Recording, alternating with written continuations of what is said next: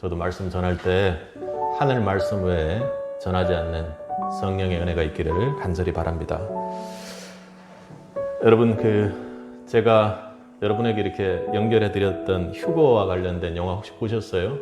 성도님, 휴거의 상황들 보면 충격적인 상황들 때문에 보기를 또 주저하시는 성도님들 계셨는데,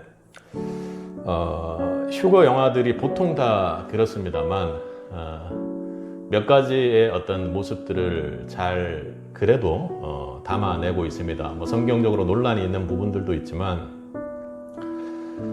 갑작스럽게 봉중 휴거가 일어나는 상황에서 우리는 각자 일상을 경험하고 있을 겁니다. 그래서 일상 속에서 갑작스러운 휴거로 그 사람이 사라졌을 때 사회가 갑자기 대혼란되는 상황. 그러니까 보통 보면 자동차를 운전하고 있던 사람이 공중 휴거되는 바람에 자동차가 막 사고가 일어나고 이런 어떤 혼란의 상황들이 보여집니다. 그건 실제로 그럴 것인지 우리가 그때가 되어 봐야 알 수 있겠습니다만, 얼마나 긴박한지를 우리에게 전달하는 데는 충분하다고 생각합니다. 그러니까 지금 우리가 있는 이 땅의 현 상황을 우리는 모든 것으로 여기지만, 그것보다 훨씬 더 큰 차원에서 그 시간적인 요소들을 건드려서 움직이니 우리는 상당한 낭패의 상황을 경험하게 된다는 겁니다. 그만큼 우리가 구원받는 상황이 긴박하게 일어나고 우리가 생각하는 것보다 순간적으로 A 아니면 B다 이렇게 결정된다는 걸 이야기하죠. 그리고 또 거기에서 모습들을 보면 감정이 배제된 채, 우리가 이제 믿음이라는 것이 감정적인 요소하고 섞여서 막 이렇게 갈라지게 되는 경우가 있습니다. 막 감정적으로 막 충만하고 이러면 내가 믿음이 좋은 상태인 것처럼 착각할 수 있습니다. 혹은 또 교회를 좋은 교회, 그러니까 세상적으로 봤을 때 큰 교회, 성도가 많은 교회 이렇게 다닌다고 했을 때 그 다니는 것만으로 구원을 받는다거나 하는 것이 아니라는 것을 영화를 보면 알게 합니다. 그러니까 구원받는다라는 것이지 온전한 믿음으로 받는 것이지, 우리가 복음을 받고 그 복음을 믿음으로 받는 것이지 내가 하고 있는 어떤 종교 행위 때문에 혹은 종교적인 이적 때문에 받는 것이 아니라는 것을 명확히 보여줍니다. 그 예로 이제 두 가지를 보통 드는데, 한 가족 안에 어떤 사람은 공중휴거가 일어나지만 어떤 사람은 일어나지 않는 모습을 보여줍니다. 물론 우리 인간적인 모습에 의해서 영화상에서 이 사람은 왜 휴거가 일어나지 않았는지를 알게 하는 사람도 있습니다. 그리고 또 대체로 휴거 영화에서 많이 나오는 요소 중에 하나가 목사님께서 구원받지 못하는 상황들이 많이 나옵니다. 구원받지 못하는 상황이 많이 나옵니다. 그러니까 감정적인 요소나 행위적인 요소가 아니라 오직 복음을 믿음으로만 구원받는다는 것을 보여줍니다. 그리고 또 휴거 영화의 특징은요, 권선징악적인 것이 아닙니다. 그래서 마지막까지 반전이 없어요. 무슨 말이냐면, 구원받지 못하고 남아있는 사람들이 그렇잖아요. 가족 중에 엄마랑 어떤 함께 있었던 자녀는 공중휴거를 당하고 아빠랑 믿지 않았던 아이는 가지 못하는 상황 됩니다. 그런데 그것이 좀 좋은 게 좋다고 해서 아빠랑 아이가 구원받지 못했던 그 친구가 하늘로 올라가는 그런 반전이 없다라는 거예요. 그래서 여러분들이 구원이라는 것이 얼마나 긴박한 것인지, 그리고 구원이라는 것이 얼마나 선명하고 정확한 것인지를 분명히 깨달을 수가 있습니다. 성도님들이 지난주에 복음에 대한 설교를 하고, 또 때로는 복음에 대한 설교를 로마서를 하다 보니까 또 설교가 또 길게 되기도 하고 그렇습니다. 그래서 당장 가서 좀 쉬셔야 될 것 같다. 제가 감기로도 고통을 겪었으니까. 그런데 그 간절한 마음이 쉬고자 하는 마음은 전혀 없는 상태에서 오히려 뭔가가 이 목회자로서 더 불안한 마음이 가중돼요. 그러니까 불안하다라는 것이 뭐냐면, 우리 성도님들이 진짜로 복음을 받고 완전한 구원을 이루어서 주님과 함께 해야 되는데 라는 어떤 긴박성이나 답답함, 어떻게 말할 길 없는 그런 마음이 더하지, 오히려 쉬고자 하는 마음이 없다는 것에 간절한 마음 때문에 막 난리를 치는 거예요. 그럴 수밖에 없습니다. 복음에 왜 이렇게 미친 사람처럼 더 그런가? 근데 오늘 말씀은 바울이 정말 더욱더 긴박하게 그렇게 전하고 있는 것입니다. 바울이 어떻게 이야기합니까? 오늘 우리 로마서를 보면 로마서 1장이 매우 중요합니다. 왜냐하면 로마서 전체를 잘 정리해 놓은 것이기 때문에 그렇습니다. 로마서 1장에서 자신에 대해서 소개를 하고 그리고 복음에 대해서 아주 간결하지만 매우 정확하게 설명을 합니다. 그리고 내가 로마로 가고자 하는 마음이 너무나도 간절하다고 미칠 것 같다고 그렇게 이야기하지 않습니까? 그리고 내가 지금 현재 복음의 빚진 자로서 그렇게 가는데 맨 마지막에 뭐라고 하죠? 나는 복음을 부끄러워하지 않는다. 아무리 어떤 일이 있더라도 무슨 일이 있더라도 복음에 부끄러워진다. 왜냐하면 그걸 믿기만 하면 모든 믿는 자를 구원에 이르게 하기 때문이다. 그럼 우리 무슨 질문 하겠어요? 그래서 어쩌라고?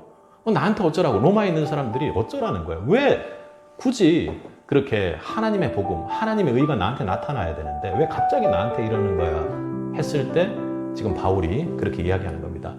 바울이 오직 의인은 믿음으로 말미암아 산다라는 것은 무엇입니까? 아까 휴거, 공중 휴거에 대한 영화 이야기했던 것처럼 그렇게 될 때 하나님께서 옳았습니다. 하나님을 믿는 믿음, 하나님의 의를 가지고만 제가 천국 백성이 될 수 있군요. 그걸 알았습니다. 바울은 그걸 얘기하는 거예요. 다른 그 어떤 것도 없습니다. 오직 의인이 된다는 것은 믿음으로 말미암아 그렇게 구원받게 된다는 그 하나님의 말씀이 옳습니다. 맞습니다. 거기에 무릎 꿇습니다. 그렇게 하고 긴박하게 이야기하는 거예요. 왜 긴박하냐면요. 바울이 우리 모두가 하나님의 진노 아래 있기 때문이라고 이렇게 이야기를 합니다. 우리 18절을 한번 읽어보겠습니다. 함께 읽겠습니다. 하나님의 진노가 불의로 진리를 막는 사람들의 모든 경건하지 않음과 불의에 대하여 하늘로부터 나타나나니. 무슨 말씀인지 알겠죠? 지금 바울이 긴박하게 오직 의인은 믿음밖에 없습니다. 복음으로 하나님의 의가 반드시 나타나야 됩니다 라고 이야기를 하는 거예요. 왜냐하면 지금 현재 상태가 우리 모두가 하나님의 진노 아래 있기 때문이다. 이렇게 이야기합니다. 불의로 진리를 막는 사람들에게 진노가 나타났다. 이렇게 이야기하죠. 그러니까 진노라는 게 여러분 어떻게 이해하세요? 진노 아세요? 진노했다, 경노했다 이런 얘기를 하지 않습니까? 근데 여기서 진노라는 것은 감정적으로 화가 났다라는 그 분노하고는 좀 다른 얘기입니다. 완전히 다른 얘기죠. 그러니까 요즘 그 또 사회적으로 이슈가 되는 게 사형제도를 집행해야 되는가 이제 이런 거에 대해서 상당히 좀 이슈가 돼서 논란이 됩니다. 여러분들은 어떻게 생각하세요? 근데 지금 진노의 상태라는 것이 그렇습니다. 하나님의 공의와는 완전히 분리되어 있는 상태. 그래서 하나님과 떨어져 있기 때문에 생기는 화의 상태라는 겁니다. 좀 예를 들어 좀 더 얘기해 보면 지금 사형이 선고되어 있는 상태입니다. 뭐 살인을 저지르든 아동 성범죄를 저지르든 극악의 범죄를 저질러서 사형이 구형되어 있는 상태입니다. 그러면 사형이 구형되어 있다는 것은 정의와는 이 사람은 완전히 분리되어 있는 상태라는 겁니다. 그러니까 법적으로 봤을 때 너무나도 큰 죄가 확정적으로 지어져서 형 집행만 하면 되는 것이지. 그러니까 그런 화를 낸 거예요. 사회적으로 봤을 때 이 사람을 완전히 정의로부터 분리되었기 때문에 죽어 마땅하다라는 걸 결정해 놓은 상태입니다. 거기에 분명히 어떤 화가 있는 거죠. 사회적으로 봤을 때 그 사람에 대한. 그렇게 해서 완전히 분리된 상태입니다. 그 상태가 하나님의 진노 상태라는. 그러니까 사형 집행을 하기 전에 형 집행을 기다리고 있는 상태의 모습이 우리라는 것을 바울이 지금 이야기하는 것입니다. 여러분은 어떻습니까? 이걸 조금 지금 바울의 심정은요. 이걸 정말로 긴박하게 실제로 여러분들이 깨달았으면 좋겠다 이렇게 이야기를 하는 거거든요. 우리 시편을 한번 찾아보겠습니다. 시편 7장을 한번 찾아보겠습니다. 무슨 맞는지 모르겠습니다.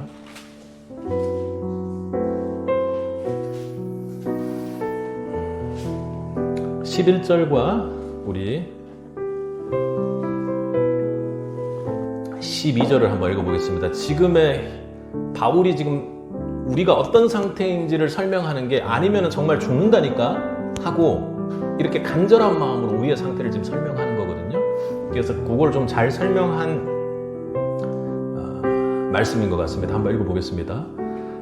12절입니다. 하나님은 의로우신 재판장이시며 매일 분노하시는 하나님이시로다.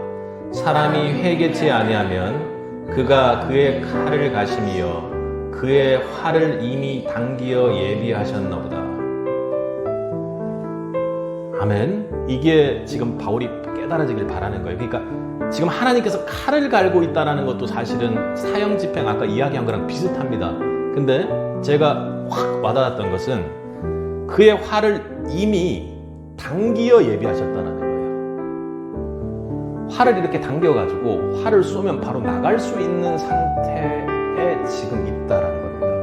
그만큼 하나님의 진노가 매일매일 이렇게 강력하게 우리에게 있는 상태라는 거예요. 너의 잘못 때문에 하나님이 그렇게 화나셨다라는 게 아니에요. 지금 현재 우리의 상태 자체가 하나님하고의 관계가 그런 상태라는 걸 바울이 말하는 거예요. 그러니까 하나님의 의, 복음이 없으면 절대로 안 되는 우리 상태에 지금 놓여 있다라는 것입니다.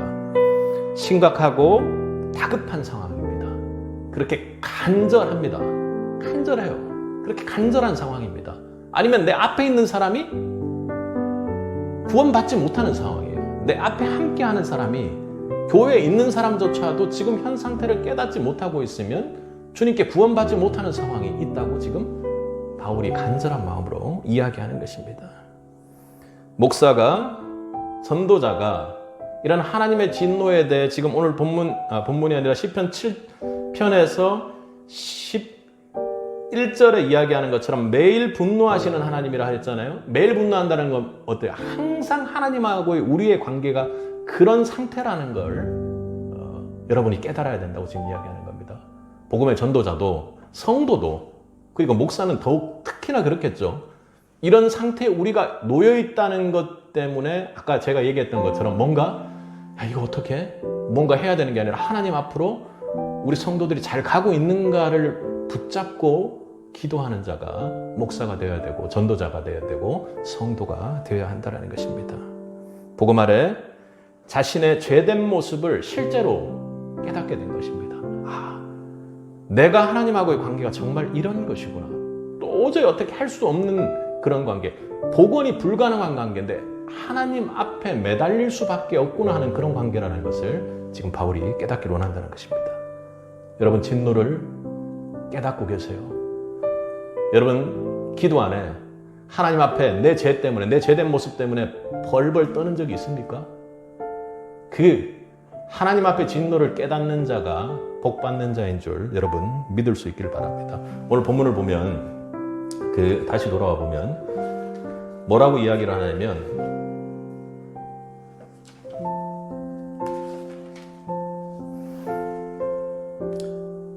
하나님의 진노가 18절의 마지막을 보면 하늘로부터 나타나니 이랬습니다. 진노라는 것이 그렇습니다. 진짜가 진 한글 한자 진으로 보면 그것이 참진 진짜다 이런 진이 아니라 하늘에서 우레가 내려오는 진입니다. 우레진. 그러니까 막 비 올 때 하늘에서 막 낙뢰가 떨어지고 막 그런 상황들 아시죠? 그러니까 자연을 통해서 저 하나님이 뭐 화난 거 아닌가 우리가 이제 이렇게 느끼게 돼. 그런 상태의 노라는 겁니다. 이건 우리의 상태가 어떤 상태에 있는지를 하늘에서 이미 나타났다고 이미 현재 지금 그런 상태라고 지금 바울이 긴박하게 이야기하고 있는 것입니다. 제가 지금 말씀드리는 것은 바울이 지금 어떤 심정으로 복음에 대해서 이야기하고 있는지를 여러분들이 깨달을 수 있어야 기도할 때 하나님께서 은혜 주실 줄 믿습니다. 그걸 보는 자, 그 진노를 보는 자, 그래서 말씀에 귀를 기울이는 자가 복받는 자라고 이야기하는 것입니다. 예수님께서 제자들을 데리고 다니면서 비유로 말씀하실 때 어떻게 해요? 너희들은 이 비유로 말할 때 깨닫고 이해할 수 있도록 선택받은 자라고 이야기해 주십니다. 그런데 무리를 따라다니는 사람들이요, 그러지 못한 자라고 이야기하지 않습니까? 여러분들이 교회에 오는 이유가 다른 것 아닙니다. 내가 지금 하나님하고의 관계가 어떤지를 철저히 깨달을 수만 있으면 정말로 교회 다니는 목적이 정말로 완전히 성공한 거라고 여러분 보시면 됩니다. 그걸 들을 수 있는 자들이 되기를 원합니다. 신학자 칼빈은 하늘에 대해서 그렇게 이야기를 합니다. 하늘이라는 것이 아주 넓게 하늘로부터 나타나 있기 때문에 이걸 모를 사람이 아무도 없다는 겁니다. 바꾸어 말하면 하나님과 진노의 관계에 있지 않는 자가 단 한 사람도 없다고 오늘 18절에서 그렇게 이야기하는 것입니다. 한번 다시 읽어볼까요? 하나님의 진노가 불의로 진리를 막는 사람들의 모든 경건하지 않음과 불의에 대하여 하늘로부터 나타나는 이 말씀을 그대로 받는 바울이 긴박한 심정으로 얘기했던 그 심정으로 받는 은혜가 있기를 간절히 바랍니다.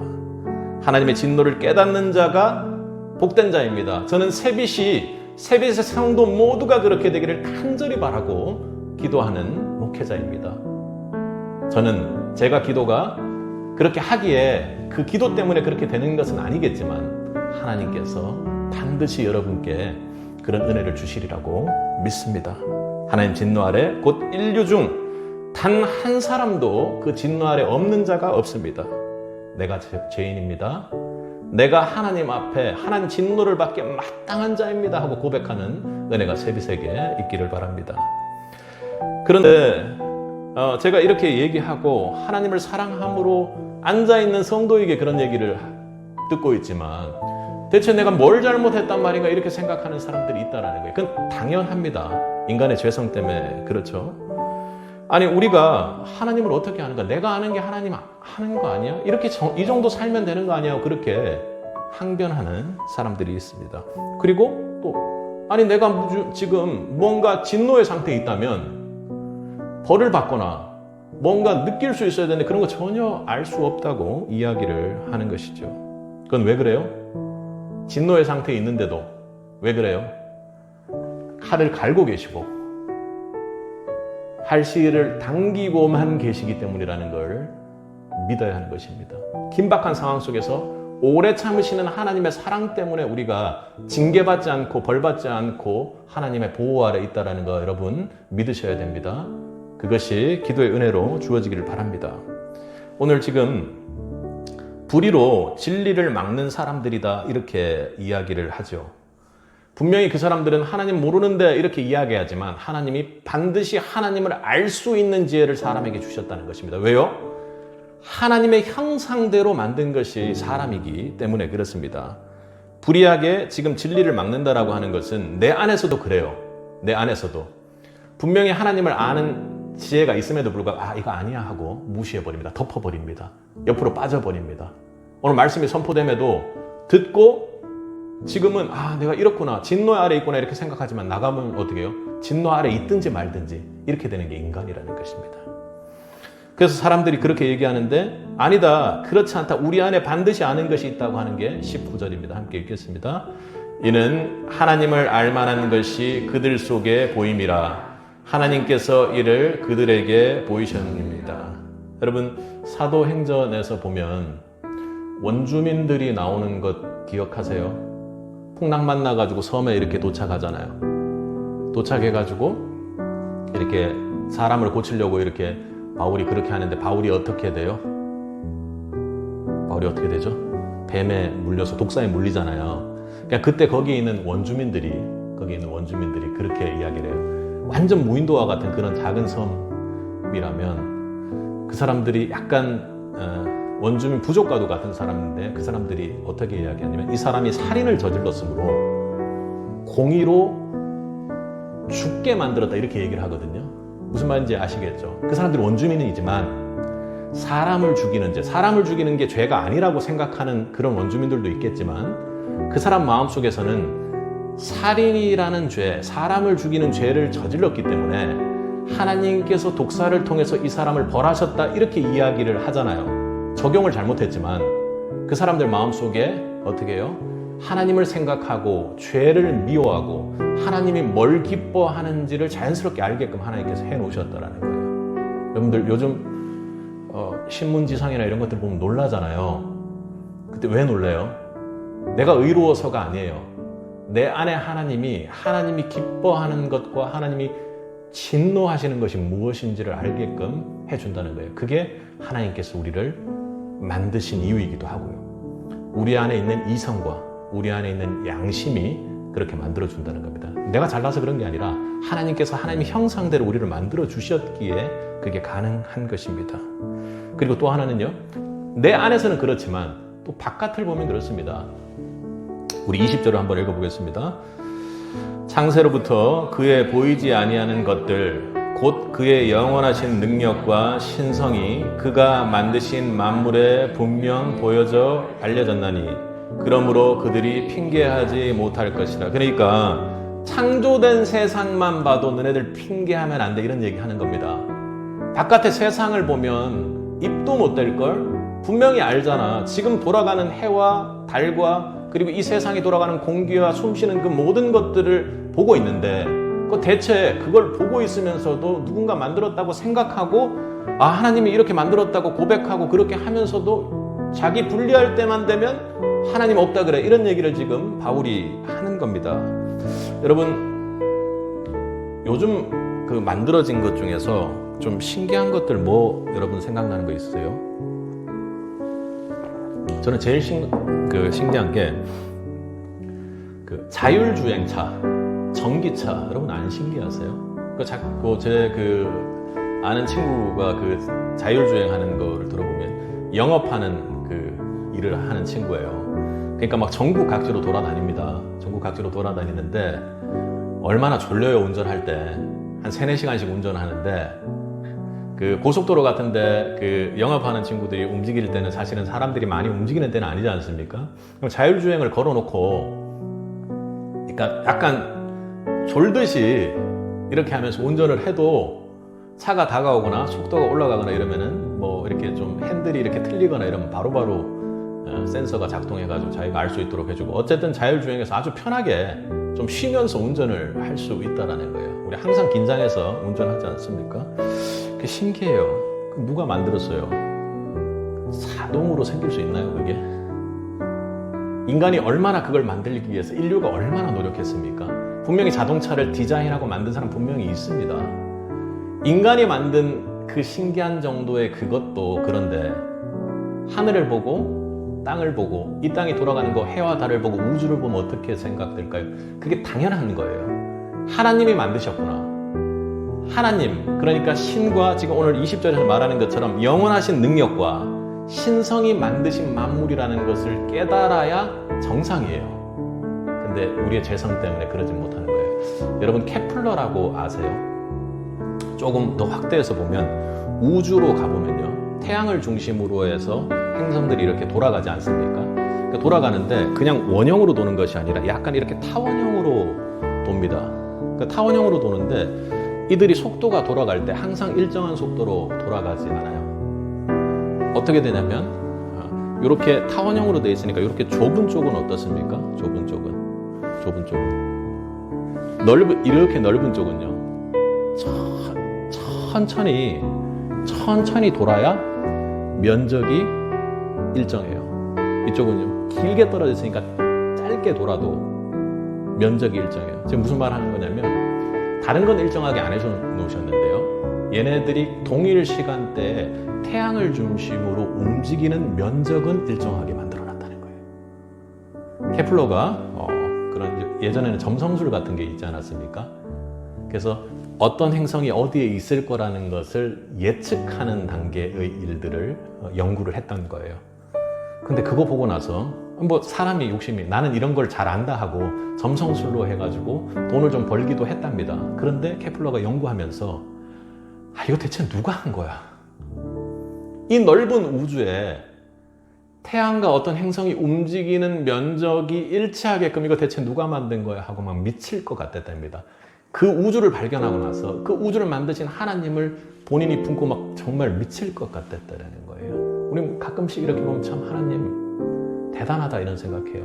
좀 저는 이제 감상적으로 보면 그런 거, 가을 됐을 때 낙엽이 지는 거 있잖아요.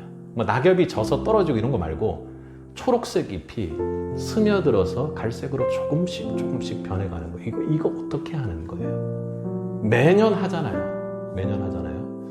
하나님이 사람 만든 것도 정말 신기해요. 우리 사람들, 그죠? 생활하는 거 신기해요. 근데 정말로 신기한 건요, 아까 낙엽이 이렇게 지듯이 한 사람이 누군가를 만나서 사랑함으로 마음이 그렇게 낙엽 지듯이 조금씩 그 사람에게 물들어가는 그 상황을 하나님이 만드셨다는 게 너무 놀라운 거예요. 우리는 이제 그걸 과학으로 연구하려고 하죠. 그 누가 만들겠어요?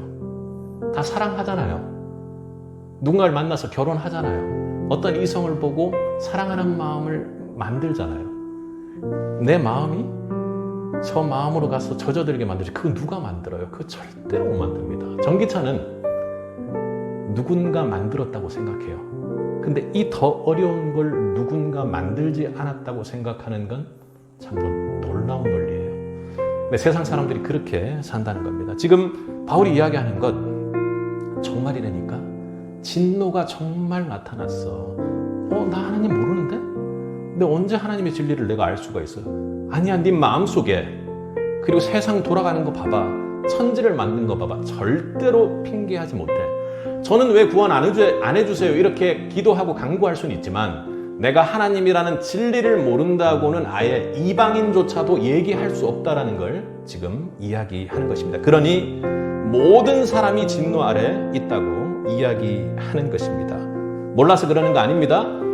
죄에 대한 심판이 임박해서 사형 집행하는 상태에 있다는 것 받아들이지 못할지 모르지만 네 마음속에 그리고 하나님께서 이 천지를 통해 보여주시는 것으로 너는 죄의 심판의 위치에 있다는 걸 제발 좀 깨달아라 하고 지금 이야기하는 것입니다. 우리 이 시대 교회의 문제점이 무엇입니까? 이런 것들을 더욱 모르게 만들어요. 하나님의 축복이 있다. 중요하죠. 하나님 복 받는 거 중요합니다. 근데 가장 중요한 복이 뭐예요? 딴 곳에서도 복 받을 수 있습니다. 어떤 좋은 회사에 가서 그 회사의 복지를 누릴 수도 있고요. 이 땅에서 복 딴 데서도 분명히 받을 수 있습니다. 좋은 사람을 만나서도 받을 수 있고. 그런데 교회가 어떤 곳입니까? 지금 우리가 현재 어떤 상태에 있어서 어떤 복을 사모하고 받아야 되는지를 가르쳐야 되는 곳입니다. 그런데 하나님 믿으면 장사가 잘 된다니요. 그럴 수 있죠. 그렇습니다. 그런데 제일 중요한 것은요, 이 교회가 선포해야 되는 것은요, 우리가 지금 진노 아래 있다. 그래 제발 좀 복음 좀 믿어라 하고 선포하는 것입니다. 그게 중요해요. 복음 외에는 방법이 없다고 이야기하는 것, 그걸 깨닫게 하는 것이 이 땅에서 교회가 해야 되는 일이라는 것입니다. 이런 것을 먼저 말하지 않는 것이죠. 심각합니다. 그러다 보니 축복만 강조하다 보니 은혜만 강조하다 보니 이단들이 판을 치는 것이죠. 구원파와 같은 이단들도 마찬가지고, 그리고 또 교회 중에서도 어떤 징표나 무언가를 가지고 있으면 또 좋아지는 것처럼 그렇게 하기도 합니다. 사람들도 문제죠. 성도들도 문제입니다. 내가 지금 여기에 왜 왔는지를 모르게 해요. 그게 지금 말세의 상태라는 겁니다. 그게 우리가 하나님 앞에 진노의 상태에 있다는 것을 알아야 된다는 것입니다. 여러분, 성관계를 통해서 내가 가지고 있던 죄가 씻기다니요. 오늘 성경 말씀에 이후에도 나오겠지만 성적인 문제는 어떻게 해요? 우리의 몸을 더럽히는 것이고 성전되는 우리의 몸을 더럽히는 것이기 때문에 바울이 고린도전서에도 피하라 이렇게 이야기하지 않습니까? 있을 수가 없는 일이죠. 근데 어떻게 사람들이 내가 지금 하나님의 진노 아래 있다고 생각하지 않기 때문에 그런 일들을 마구 저지르면 되면 나는 그냥 복을 받으면 되는구나. 내가 뭔가를 좀 좋은 걸 받으면 잘 살면 괜찮은 거구나. 이렇게 착각하게 한다는 것입니다. 성도님들도 마찬가지입니다. 내가 하나님 아래 진노 아래 있기 때문에 복음 외에는 다른 것을 구할 것이 없구나 하는 그 믿음이 여러분에게 주어지기를 간절히 바라는 것입니다.